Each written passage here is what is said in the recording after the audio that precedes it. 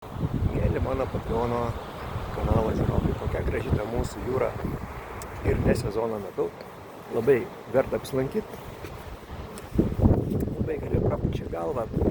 Norėčiau Jums pristatyti naują Patreon laidą, tokią prieššventinę, per tokią vėtrą, tai pasakoti reikia tik tai apie vyriškąją potenciją. Žodžiu, sekundėlę. Negi, mano mėly sekėjai ir draugai, jūs dar vis tikite tais lempiniais papildais. Tiesiog sunku patikėti.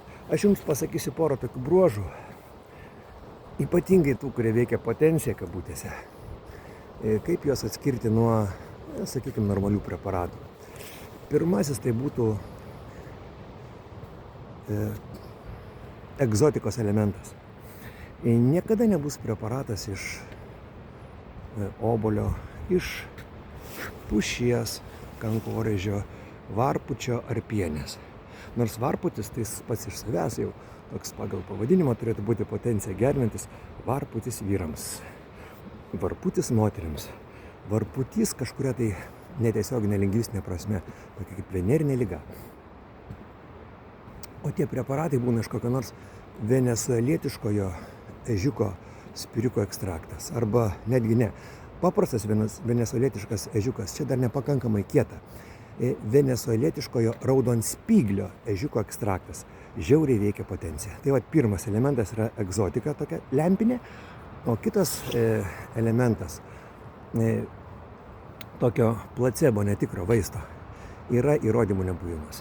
Jūs nerasti, kad būtų parašyta, kad ten šimtai ištirta vyrų ir ten taip ir taip suveikė, ar suveikė, ar nesuveikė. Ten placebo kontroliuojamas tyrimas, ką beje nėra sunku padaryti. Dažniausiai kokia nors graži mergina pasako asmeninę patirtį, kai pavyzdžiui Oksana davė savo vyrų tabletėlę ir jis 2 paras jie tiesiog draskė į gabalus, net dūmai virto kamuoliais iš miegamojo. Tai va toks yra įrodymų lygmuo. Mielos moterys, geriau investuokite ne į kažkokias ten piliulės juokingas. Aš suprantu, kad tema yra skausminga ir tokia labai jautri, bet na, yra kaip yra. Geriau investuokite į gero vyno butelį, geriau 2. Pasikvieskite pačią gražiausią draugę su priklijuotam blakstienam. Ten taip sėdės, tai biški kojas pamėtės. O jeigu dar draugė ilgam pasiliktų, tai suveiktų 1000 kartų geriau už venesuelietiškojo ežiuko spiriuko ekstraktą. Netgi ne raudonspyglio.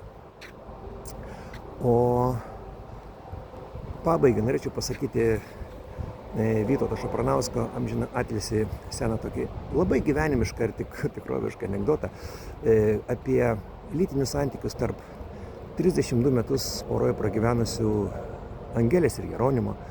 Reiškia, vyksta 4 minutės, vyksta 14 minučių, vyksta 24 minutės, jau pavargsta ten šuniuko poza.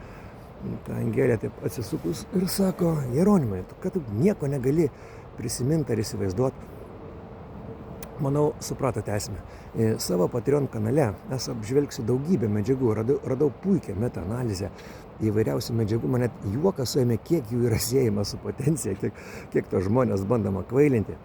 Ir tikrai pabandysiu jums išrišti tiesą ir gražių jums švenčių. Iki.